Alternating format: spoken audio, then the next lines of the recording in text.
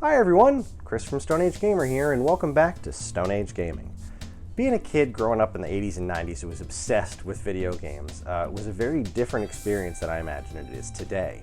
Nowadays there are tons of vinyl pop figures and merchandise related to video game characters is everywhere. I mean, geez, look behind me, look at these amiibo figures. I would have gone nuts for stuff like this when I was a kid. The Mario figurines I had when I was little did not look as good as these.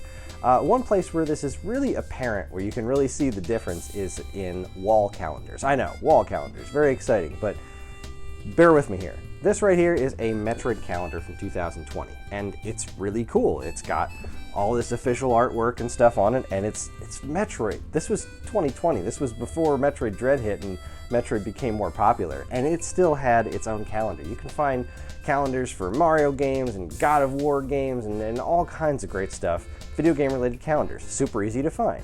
But back when I was a kid, this is what we had for calendars. And they're extremely awesome, if a tad on the bootleg side. This is the Nintendo Power Game Calendar, and I love them. Let's take a look. All right, here we are. This is the Nintendo, the Power Game 1990 calendar. Now, this is not to be confused with a Nintendo Power Calendar. When looking for these things online to find other pictures and stuff, I've always seen Nintendo Power Calendar. Like, this is not related to Nintendo Power at all. In fact, this isn't really related to Nintendo specifically, as far as I can tell.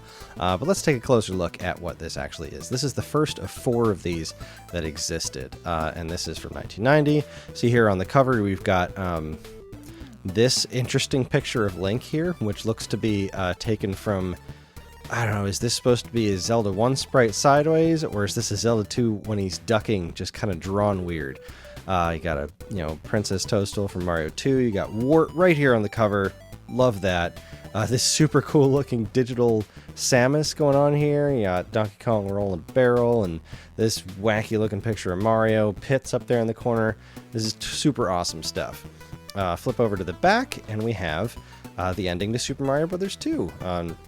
Mario laying here, dreaming about Subcon, and boy, look at Toad's face. Certainly he's got some eyes on him there. Let's see here. This was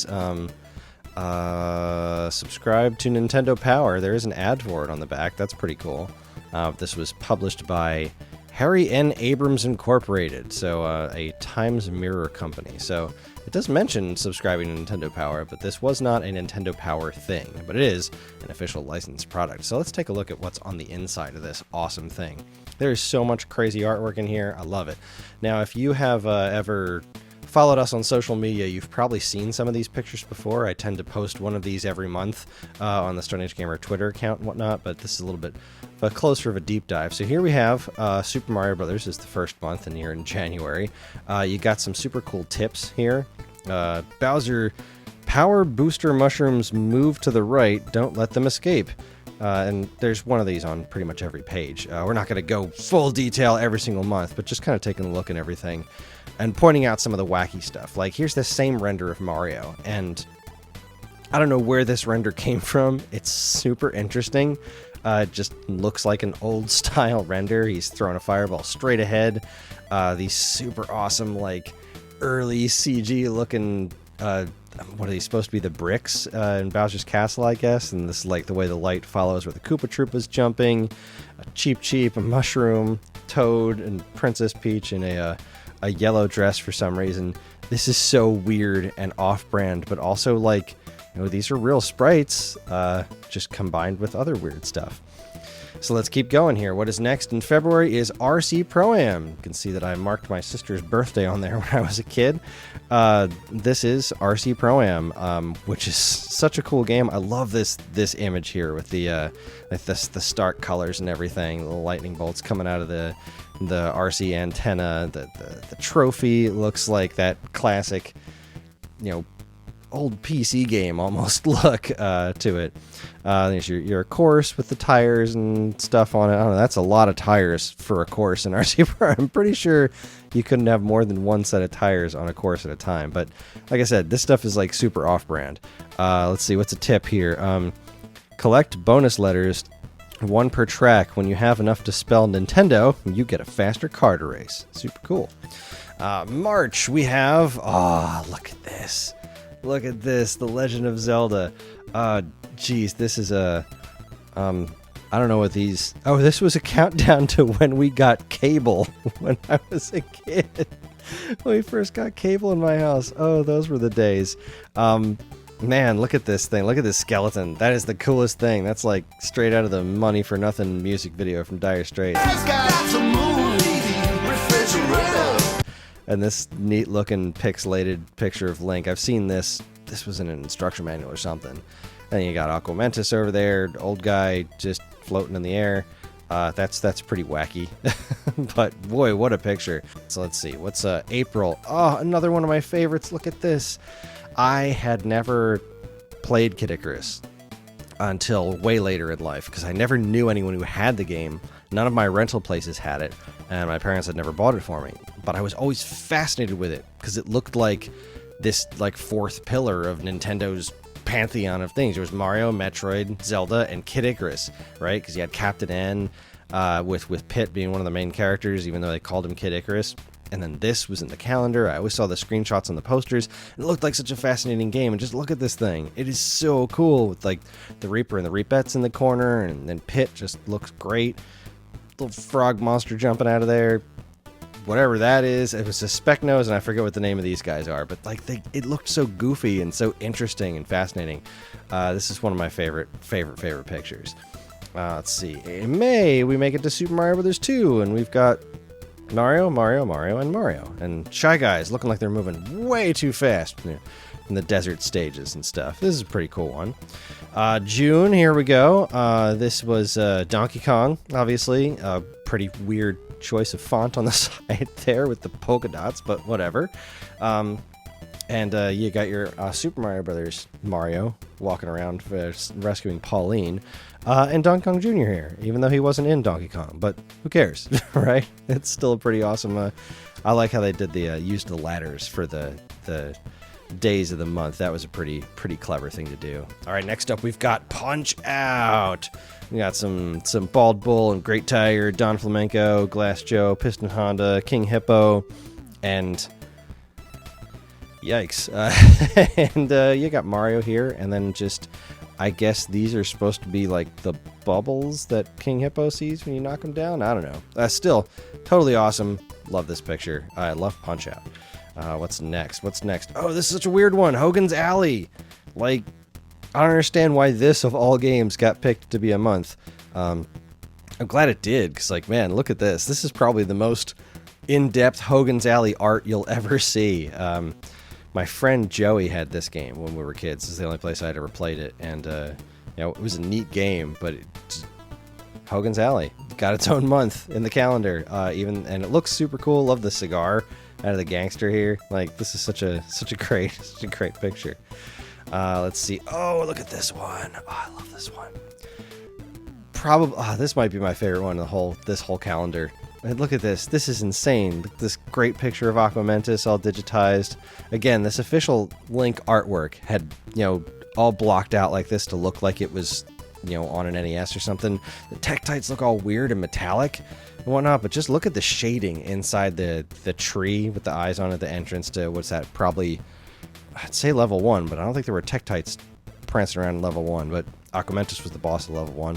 Whatever, it doesn't matter. It's not actually accurate, but got little traps in here.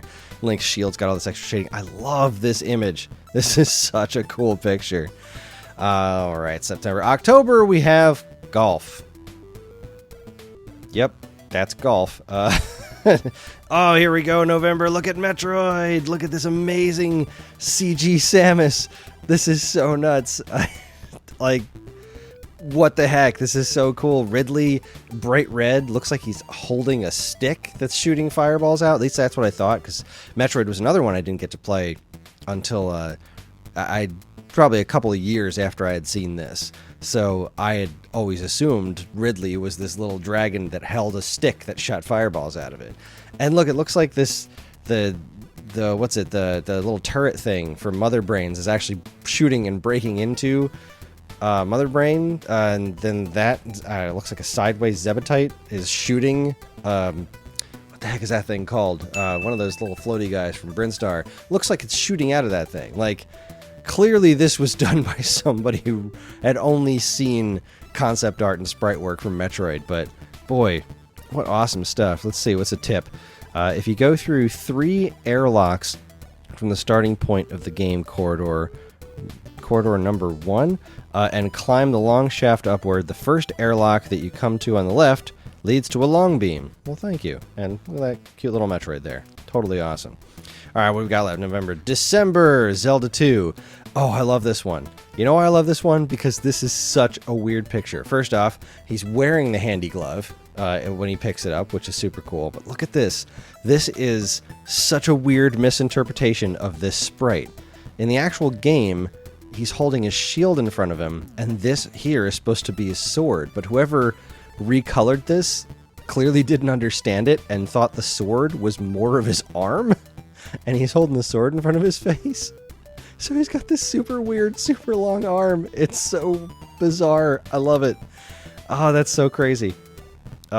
Great month there. All right, December, and then we get next year, January of 91 is Wart and Princess Toadstool fighting Wart and Super Mario Brothers 2, and that wraps up the first Power Game Calendar. Absolutely awesome. Now, something that you'll notice in these is that every year they get a little bit more bootleg. There was clearly a lot of effort put into this one. Even if it wasn't accurate, they put a lot of work into it. But every year things get just a little bit less, thorough. So let's take a look over at 1991. So here's the 1991 calendar.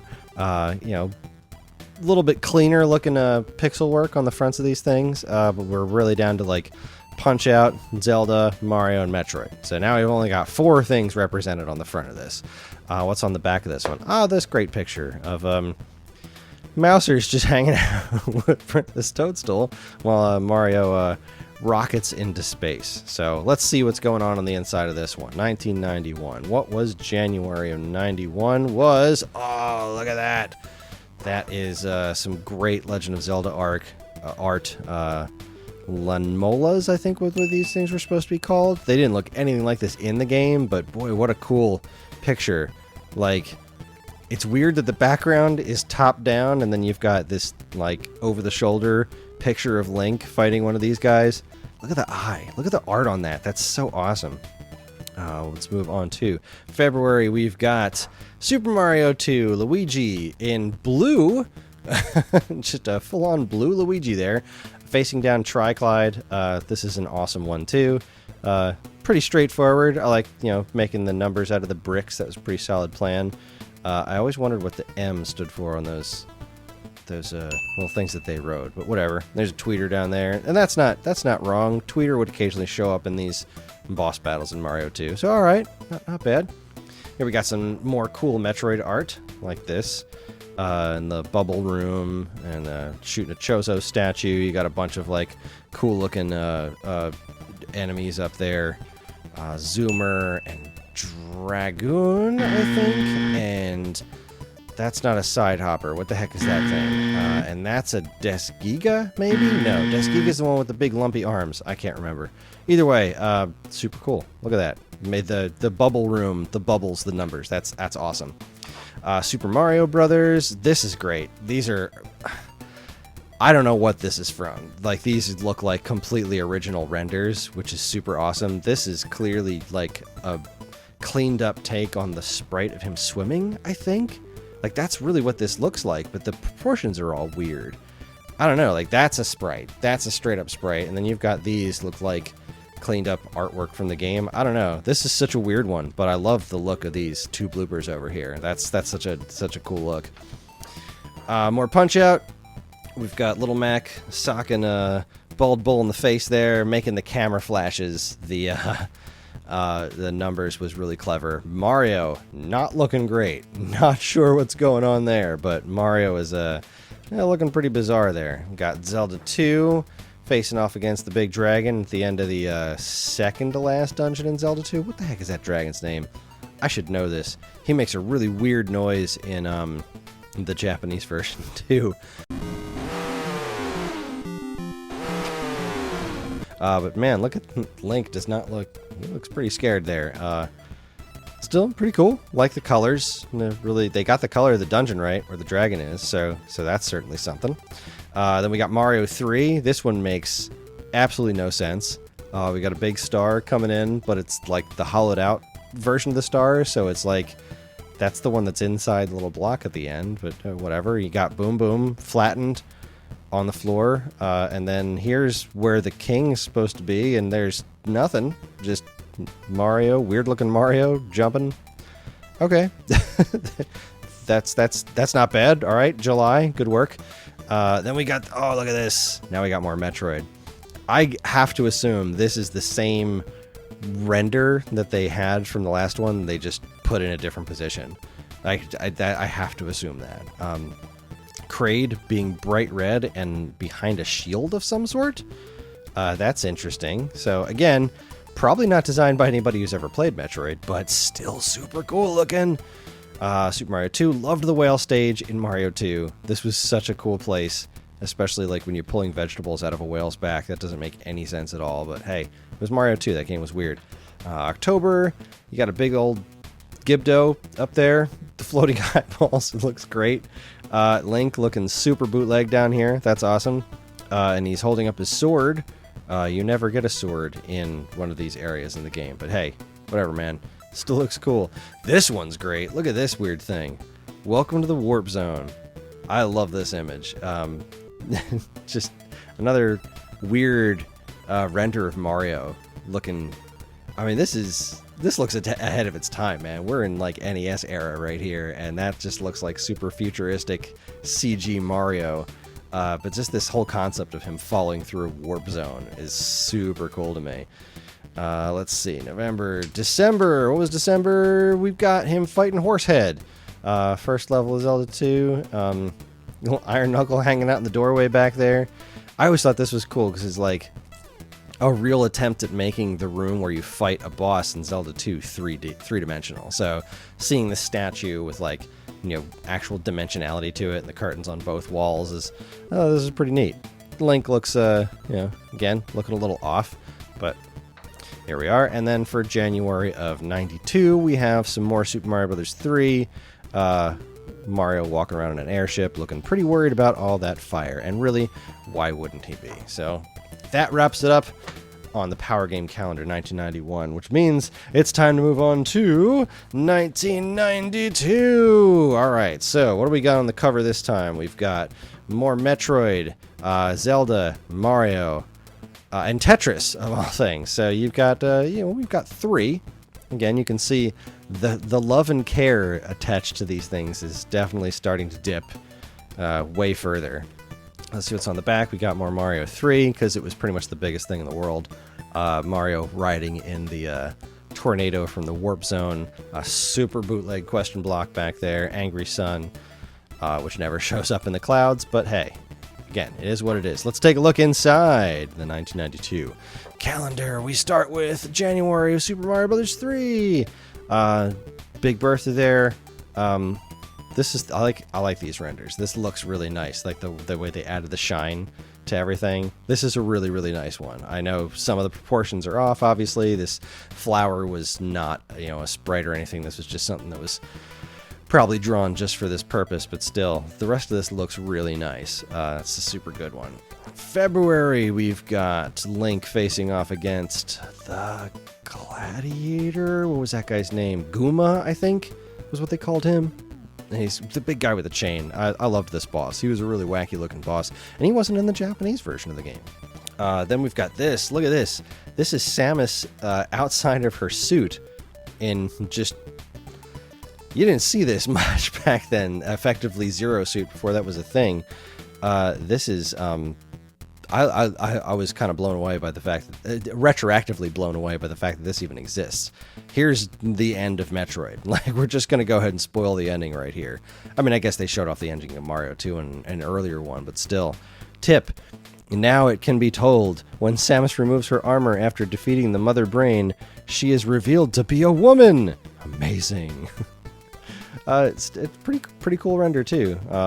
Blonde hair, which this is interesting to me because in the Justin Bailey code, you didn't really get to see her as a blonde. I felt like Samus being blonde wasn't really determined until later. This is such a weird... I would love to know the actual history of this particular image, like how this came to be. This is a fascinating picture to me.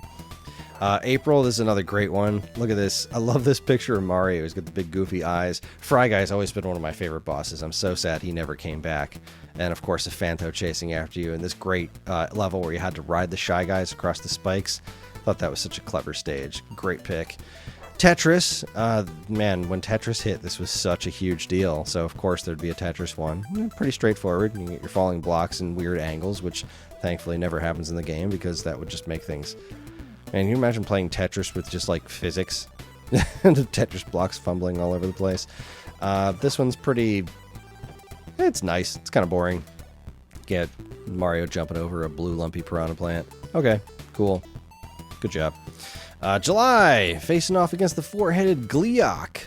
That's pretty awesome. That's a like I don't know where they got this image from, but it's super cool.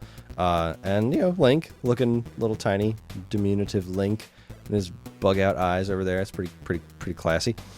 Then we get the Game Boy one because you know Game Boy's out now, so we've got your basic tennis, golf, and baseball here. I love Game Boy Tennis, one of my favorites. I like how they used this kind of like reddish thing. So they didn't go with the as the Sega commercial says, creamed spinach color look for this. They went with this kind of red and orange tint, which I think was used in a lot of the background art for Game Boy like accessories and stuff. It's an interesting look. I like this one a lot. Kind of having a Game Boy centric thing, like Game Boy is its thing, not these individual games. So that's pretty wild. Then we got this one. It's neat. It's super lazy. It's like, here's the game over screen. Here's a literal sprite of an iron knuckle that we cleaned up and Link's foot. There you go. Guess he's using jump magic. Oh, look at that tip. The jump spell can be used to avoid some of the stronger enemies. Never do that. Always fight the stronger enemies earlier in the game. Get good at doing the combat so you can level yourself up. Always worth the time to level up. Do some grinding in Zelda 2. It'll make the end game easier on you. This is a great one. Again, it's somewhat lazy, but it still comes off pretty awesome with the Mouser being blown up by his own bombs. Mouser was such a cool boss. I cannot believe they haven't put Mouser in more modern Mario games. Like, they kept Birdo from Mario 2, but none of the other big bosses, and especially Mouser. He was such a main character on the old cartoon, but it's a pretty cool one. At least they got Luigi's colors right this time. Got a good punch out. Mac dodging Soda Popinski here again with the camera flashes as the number, the calendar up there, which is cool. But again, straightforward. Not doing anything crazy with this one. Still, I love it. Dr. Mario, love Dr. Mario. Mario looks like he's been taking some of those vitamins. He looks wired. I love these characters, especially the blue one. The blue one was always my favorite looking. He just looks so sinister, and they say vitamins on him. That's pretty cute. And using the clipboard was a clever thing. And then we get on to this one. This is simple but super effective. Love this January 93 one. And for the longest time, I thought this was it. I thought this was all there was of these calendars, which always bummed me out because they were one of the things I looked forward to every year was seeing what kind of weird interpretations these calendars would put together for these classic Nintendo games that I loved. But years and years and years later, after the advent of the internet, I discovered that this existed, the 1993 Power Game Calendar. And as far as I can tell, this was the last one that they ever made. Anyway, we've got a yellow virus on the front. Now we've got Super Mario World, so Super Nintendo's involved here. Zelda 2 down here in the corner, the funky-looking Ganon with the googly eyes. That looks great. And giant boo on the front. Let's see what's on the back here.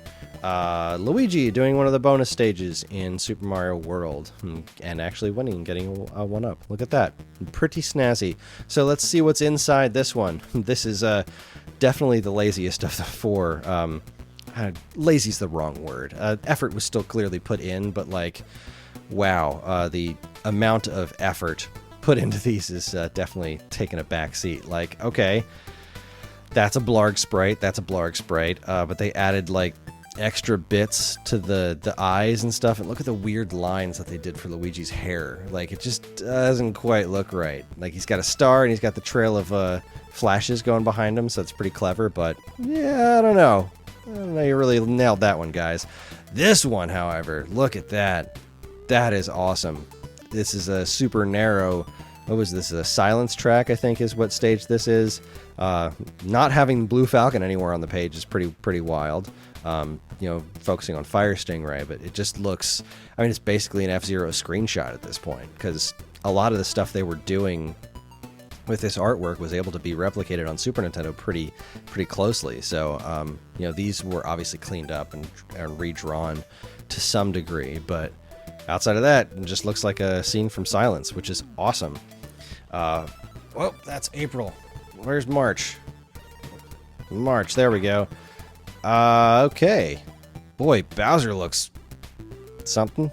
Yeah, I guess skipping March was not a bad idea. Yikes. Anyway, back to April. Here we go. Another Link versus Aquamentus picture.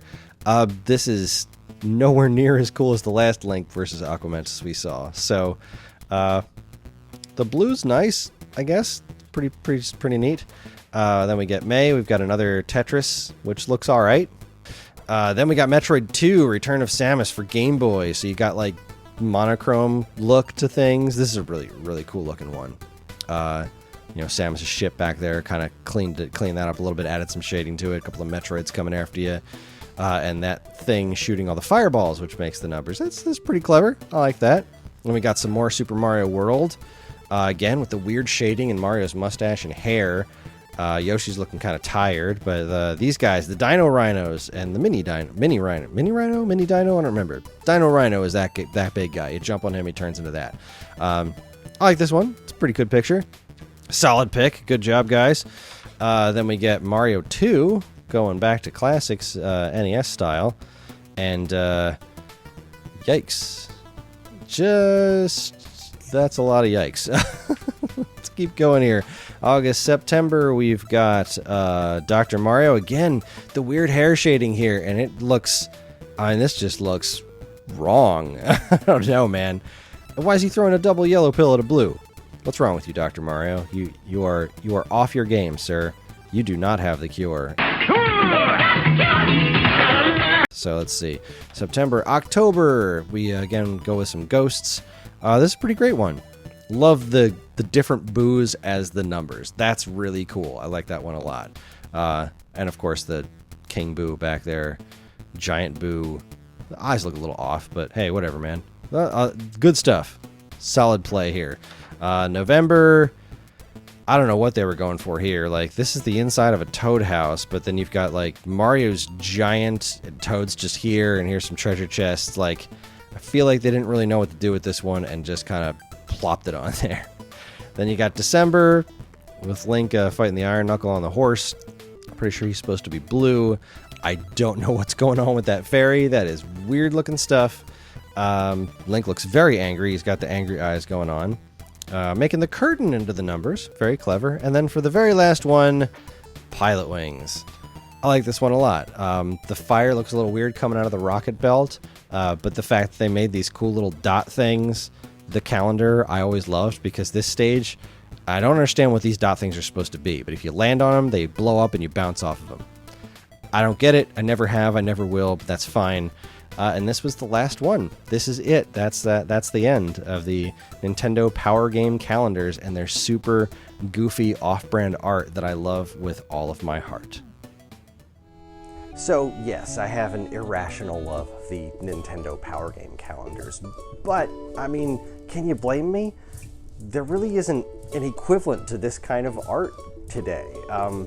Early computer graphics and stuff had such a weird and unique look to them, and now people still make pixel art, but it doesn't quite look like that stuff, you know what I mean? The 3D rendered skeletons, it was all very fascinating to me, and I still think they look super awesome to this day. So, Thanks for watching, everybody. If you liked what you saw here today, please comment, like, subscribe, share. Let us know. Tell us your stories of super awesome old video game related stuff that just couldn't exist today. They don't make anything like it anymore.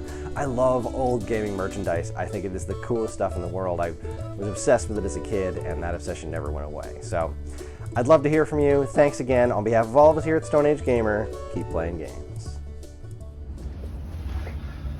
Doesn't look good here. Oh boy, I have to fix this with tape. There we go. Looking good, January.